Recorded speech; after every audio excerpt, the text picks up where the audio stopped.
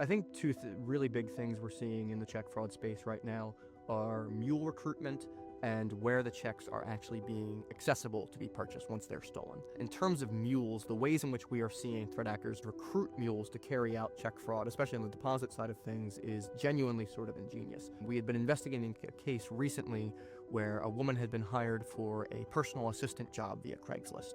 She was given tasks that included purchase cat food for this person, do work on their car, and eventually deposit a check for this individual.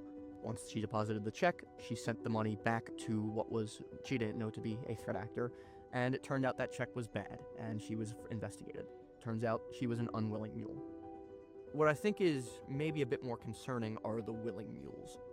Things like the Chase Bank glitch and threat actors like Punchmade Dev have inspired a whole new wave of young threat actors getting into check fraud, which is one of the most concerning changes in the space to me.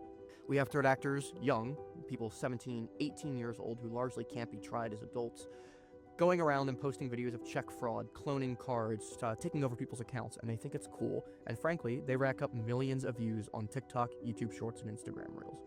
These people are willing. These are not victims of any crime. These are people who are doing it for clout and largely to make money and profiteer off of it. I think the nature of Telegram has forced threat actors to be a little cleaner and a little bit more organized as time has gone on. Pavel Durov, the CEO of Telegram, was arrested in France. He was largely living in Dubai for obvious reasons. When he was arrested, he committed to Europol to clean up Telegram, largely in the space of CSAM and terrorism.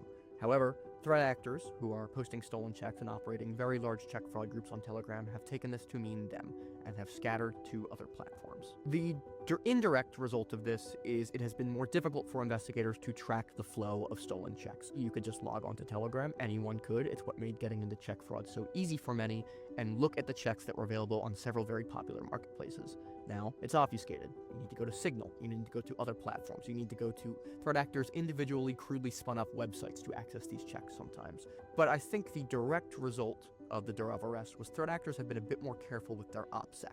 We were able to catch a lot of threat actors off sloppiness, old posted pictures, Telegram profiles that included their phone number and real names, location data we were able to compile from checks. Now, threat actors exclude information from checks, blur it out. They're far more careful about their online digital footprint, and it makes it significantly harder for investigators, whether it be law enforcement or the private sector, to track down some of the bad guys who are posting the most stolen checks.